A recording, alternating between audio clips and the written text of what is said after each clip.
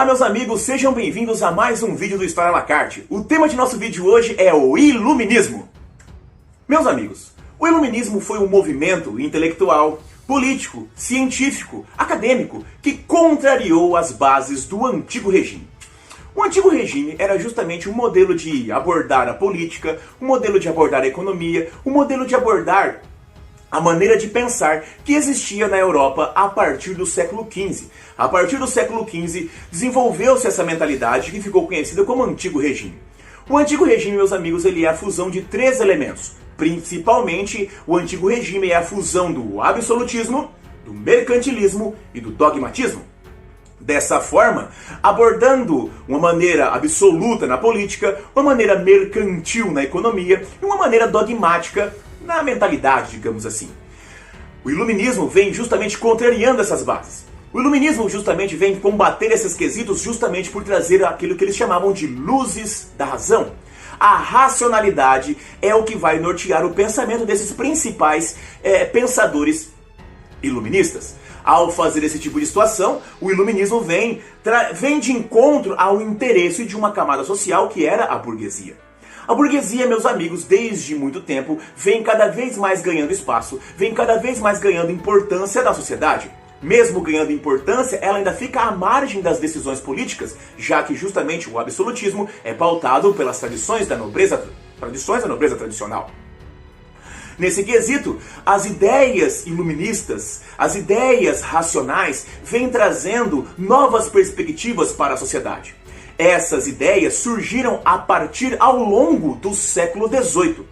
Os países que abordaram com maior afinco essas ideias iluministas foram justamente a Inglaterra e a França. Neste quesito, meus amigos, nós temos de entender que o iluminismo, ao longo do século XVIII, vem trazendo novas abordagens, vem trazendo novas interpretações e vem trazendo novas maneiras de tratar elementos políticos, econômicos, e também das mentalidades.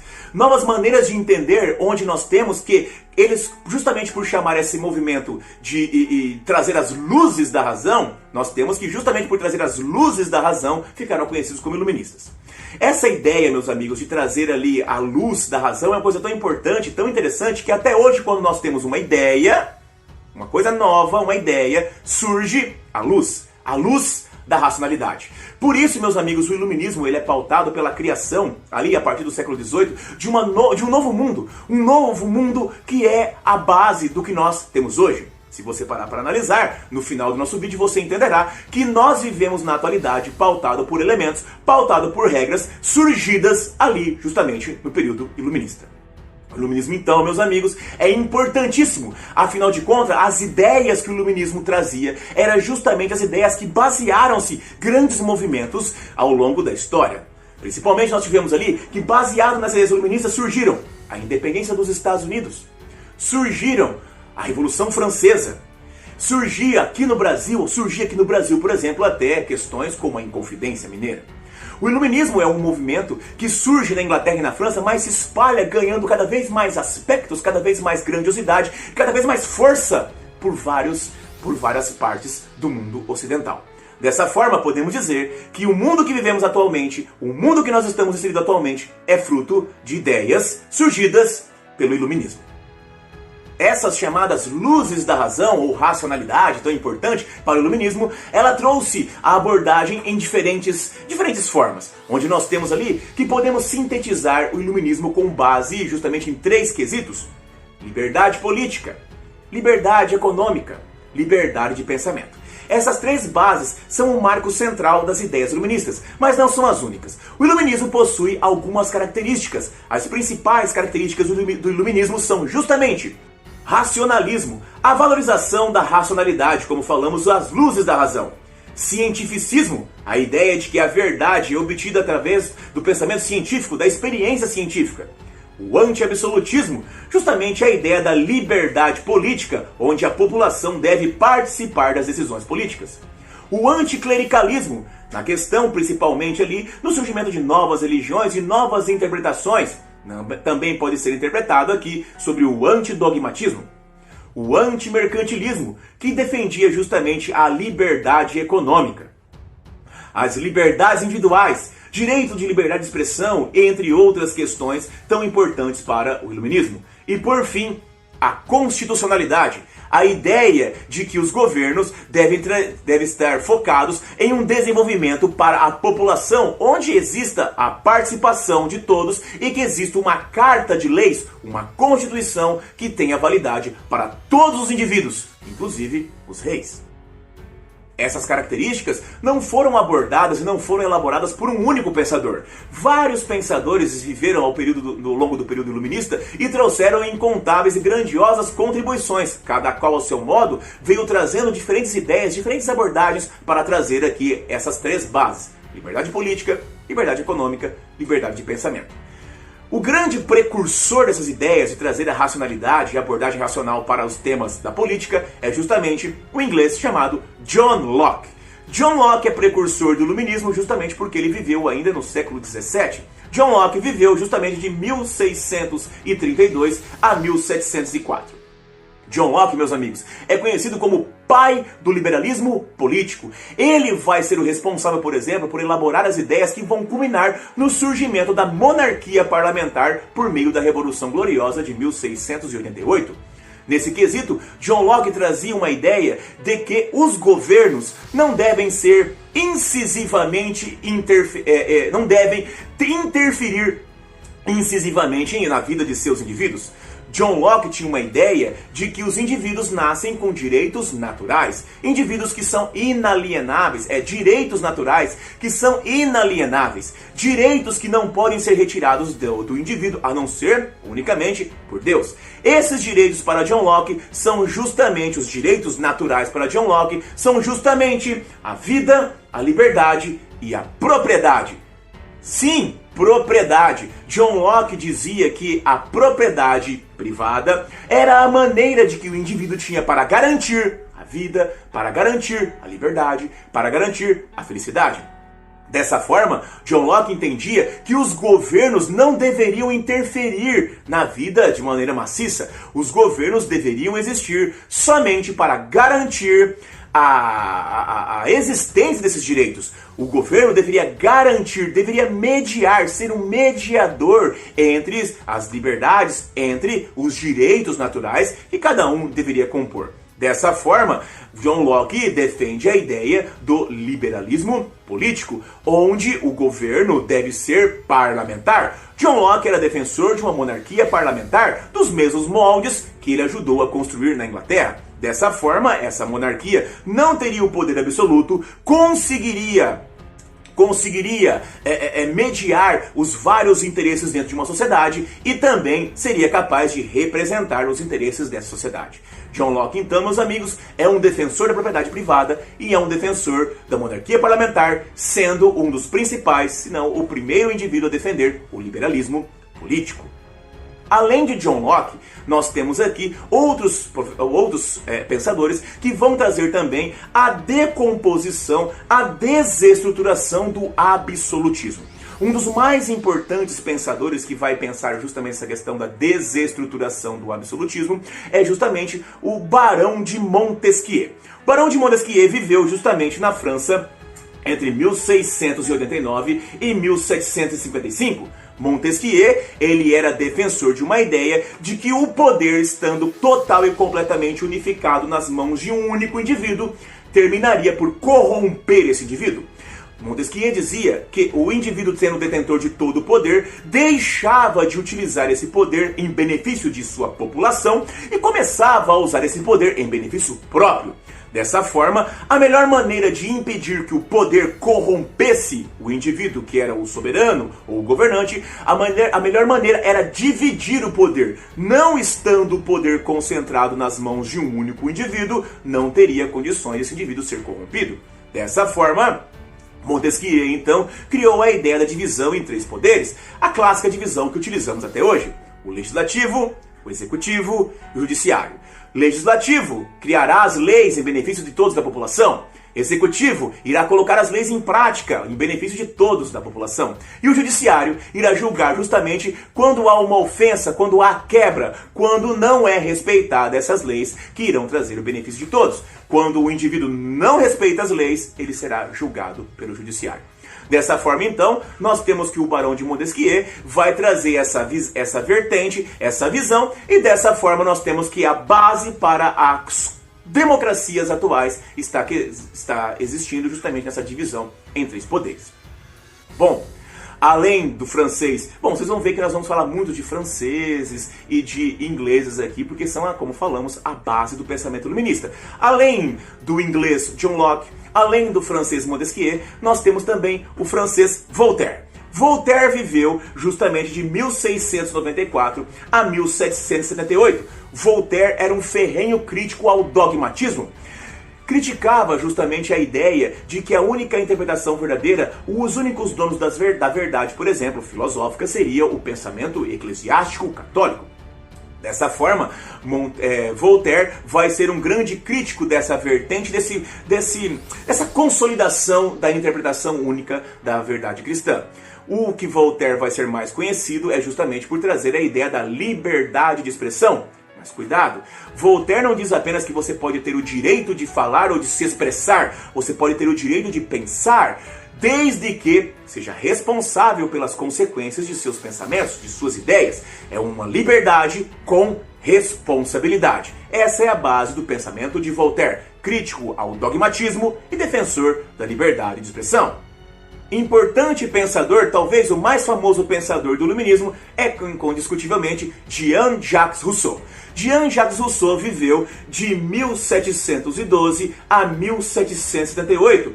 É conhecido como um dos grandes pensadores contratualistas. Para Rousseau, meus amigos, o soberano de uma nação deveria ser o povo. E dessa maneira, o representante dessa nação deveria ser escolhido pelo povo. Ou seja, o soberano, o rei, o governante, deveria ser escolhido pelo povo e dessa maneira representaria os interesses desse povo.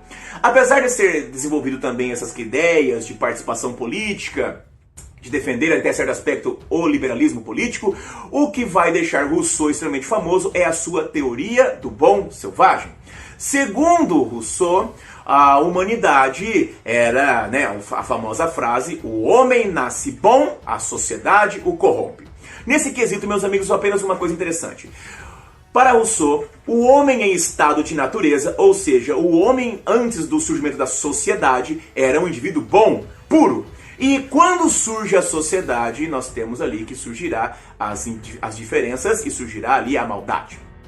Mas antes disso, qual é a diferença entre comunidade e sociedade? Comunidade, meus amigos, é uma reunião de indivíduos onde todos os indivíduos se reconhecem, se percebem iguais. Sociedade é uma reunião de indivíduos onde esses indivíduos se reconhecem e se percebem diferentes. Rousseau disse que quando surge a sociedade, surgem as diferenças e surgem as maldades. Como assim? Bom, pensemos da seguinte forma. Nós temos este colírio.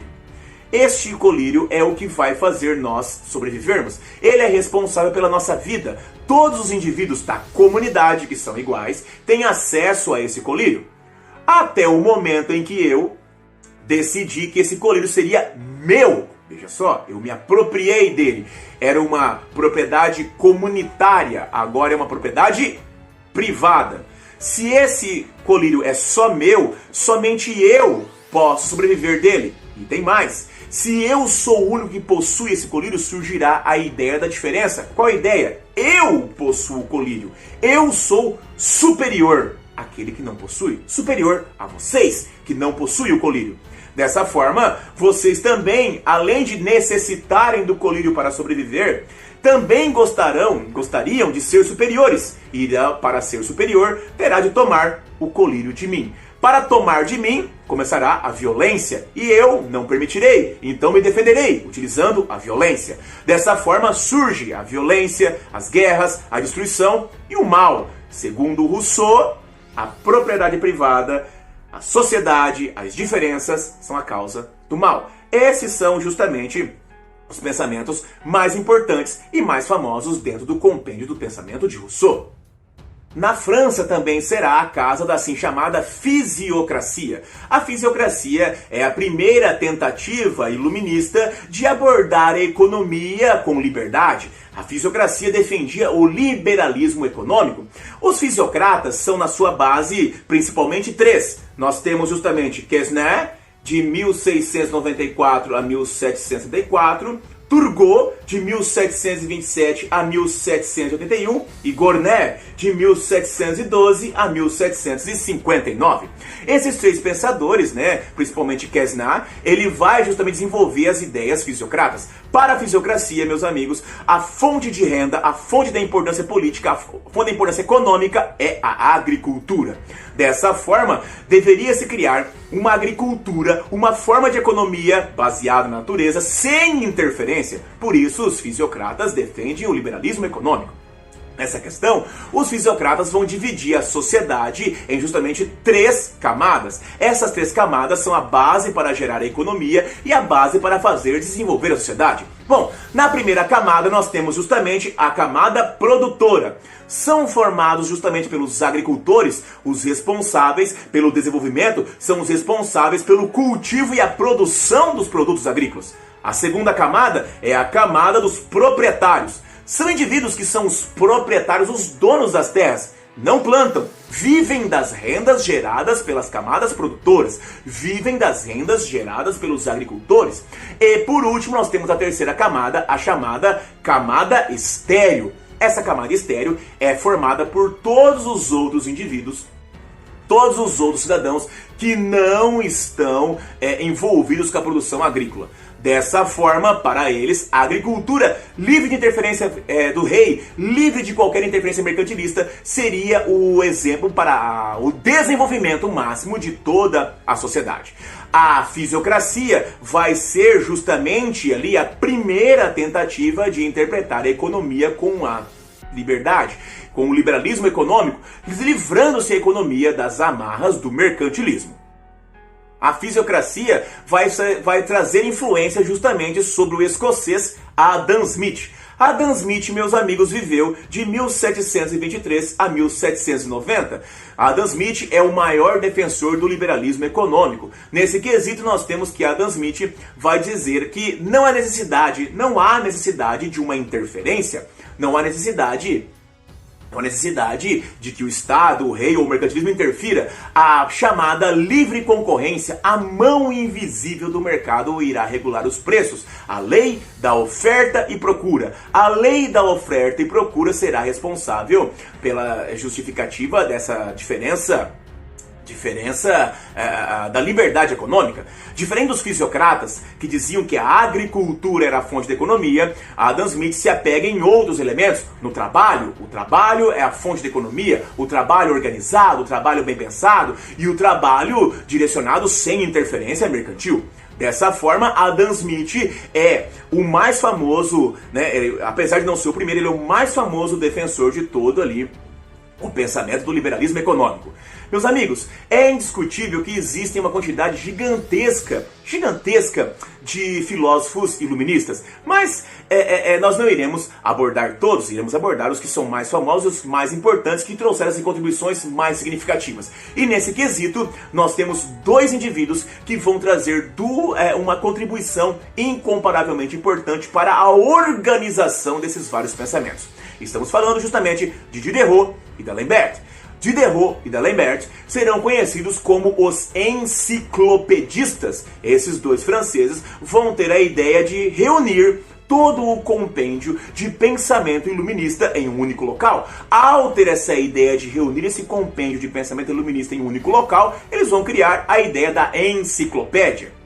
Nesse quesito, vários verbetes, várias explicações serão elaboradas por uma quantidade muito variada de filósofos iluministas. Dessa forma, esses dois tinham a intenção de conseguir traduzir, colocar em um único local a maior quantidade de ideias iluministas possível. Nesse quesito, então, Diderot e D'Alembert são os maiores contribuintes dessa ideia da organização e da unificação das ideias iluministas. O iluminismo, meus amigos, ele não vai ser muito bem aceito quando surgiu. Afinal de contas, o iluminismo contrariava os principais poderes da Europa. Contrariava o poder eclesiástico justamente por defender o fim do dogmatismo. O iluminismo contrariava o poder político por se colocar contra justamente o absolutismo.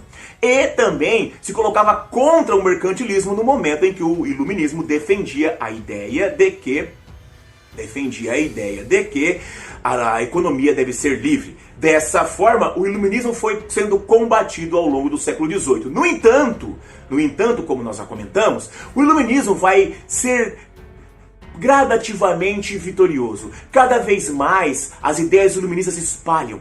Cada vez mais as ideias iluministas vão ganhando força e vão motivando movimentos revolucionários. A Revolução Inglesa, a Revolução Francesa, a independência dos Estados Unidos são provas das influências das ideias iluministas. Neste quesito surgirá justamente uma tentativa para que o iluminismo não consiga destruir completamente o antigo regime. Essa tentativa, que vai ser feita por indivíduos do próprio antigo regime, é conhecido como despotismo esclarecido. O despotismo esclarecido, meus amigos, nada mais é do que a tentativa feita por alguns governantes absolutistas em amenizar os conflitos que o iluminismo estava trazendo. Como assim? Alguns governantes europeus, para continuar tendo o poder político centralizado em suas mãos, vão adotar algumas ideias iluministas. Vão adotar, por exemplo, uma flexibilização na educação. Vão adotar, por exemplo, uma flexibilização nas religiosidades. Vão adotar, por exemplo, flexibilizações na economia.